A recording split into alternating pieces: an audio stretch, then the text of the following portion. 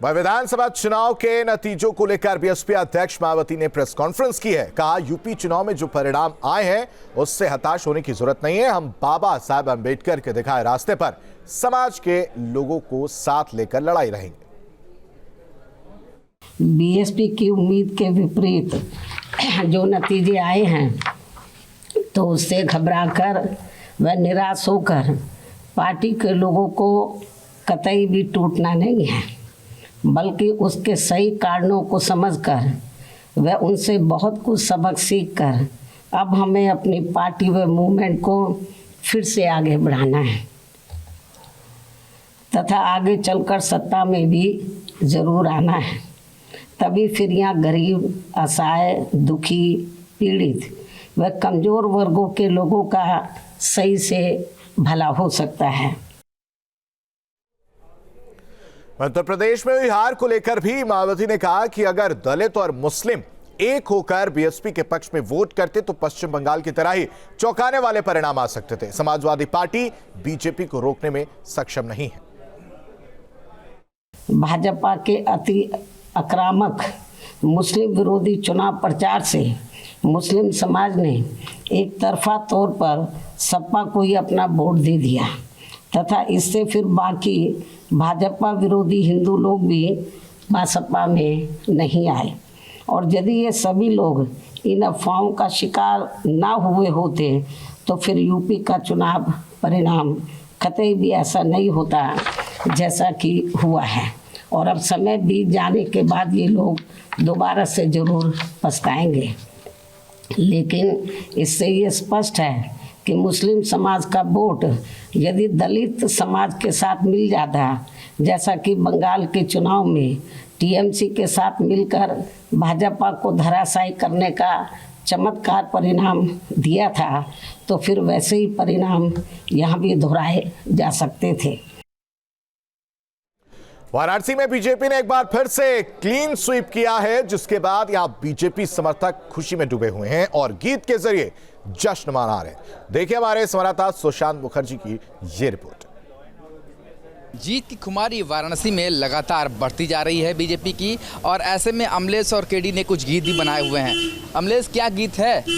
अरे सारा रा जो कि इरा सारा रा बा भाई बा योगी जी बा बाई बा मोदी जी बा, भगवा रंग चढ़ल यूपी में गजब बा नजारा, भगवा रंग चढ़ल यूपी में गजब बा नजारा, चारों ओरी गूंज रहल बा जय श्री राम का नारा, बोल हाय रे हे हा। देखिए, पूरा यूपी हम जीत गए हैं और यूपी में बधाई दे रहे हैं।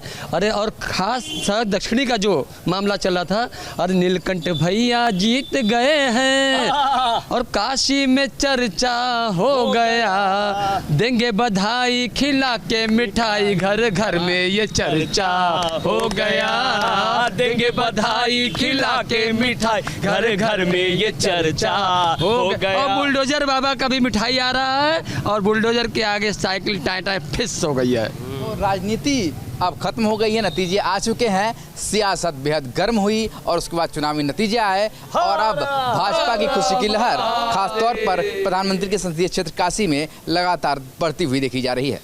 वीडियो जर्नलिस्ट विपिन सिंह के साथ सुशांत मुखर्जी, न्यूज़ 8 वाराणसी। काशी में बीजेपी के दमदार प्रदर्शन पर यहां के लोग खुश हैं। अब हम आपको उस जगह लेकर चलते हैं जिस दुकान पर पीएम मोदी ने चाय पी थी और पान खाया था।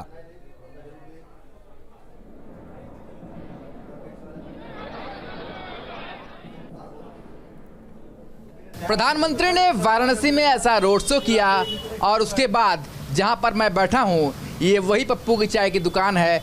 इसी बेंच पर बैठकर प्रधानमंत्री ने चाय पी और लोगों का अभिवादन स्वीकार किया और उसके बाद जो मोदी लहर उठी वो योगी सरकार को फिर से बना गई।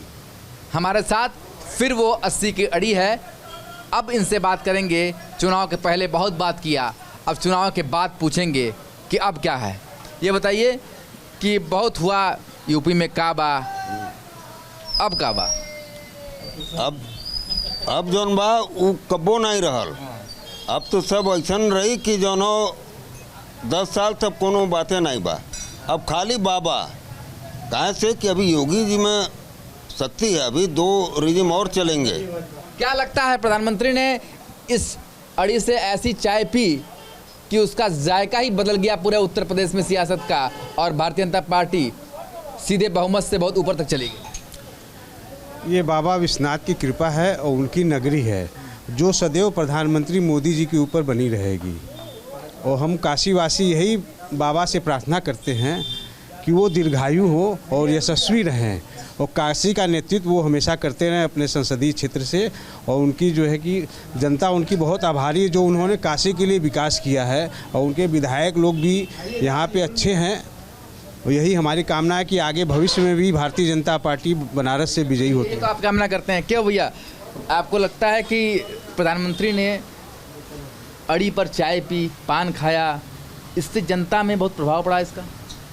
निश्चित रूप से हमारे यशस्वी प्रधानमंत्री जी का आना और समाज के अंतिम पायदान पे रहने वाले व्यक्ति भाई मनोज जी के यहाँ सामान्य आदमी की तरह के चाय पीना, यही तो लोकतंत्र की सबसे बड़ी खूबसूरती है।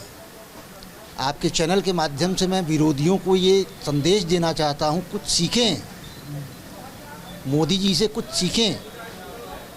जी बिल्कुल, यही प्रधानमंत्री की खासियत है कि हर एक खास चीज़ को वो आम के लिए उपलब्ध करा देते हैं, आम नागरिक तक ले आते हैं। मनोज जी, आपने तो चाय पिलाई थी प्रधानमंत्री को, क्या लगता है वो चाय काम कर गई? वो चाय काम कर गई, वो मोदी जी की वो जादू काम कर गई। काशी में 8 का 8 सीट बोले थे, 8 सीट हमने निकाल ली, जीत गई।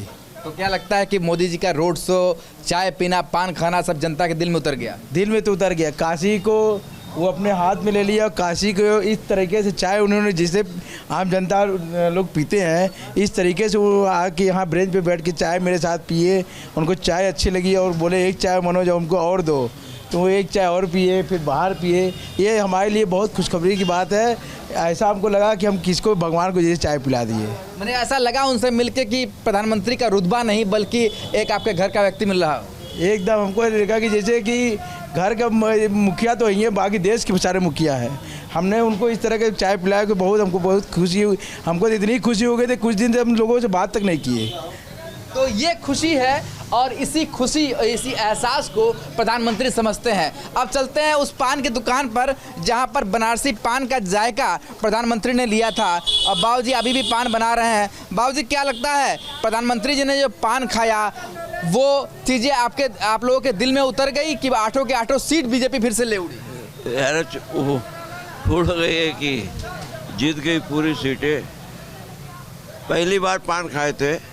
क्या कहा उन्होंने आपसे? चूना मत लगाइएगा। चूना मत लगाइएगा, तो चूना नहीं लगने दिया जनता ने। तो देखिए ये भी हंस रहे हैं, और यही खूबी है प्रधानमंत्री की कि वो हमेशा खास नहीं बल्कि आम बनना चाहते हैं, और इसीलिए लोगों के दिल में उतरते हैं। और यही कारण था कि बनारस में जिन सीटों को लेकर के चर्चाएं थी, उन चर्चाओं पर विराम लग गया, और फिर से एक बार मोदी का लहर वाराणसी में काम करता हुआ दिखाई दिया।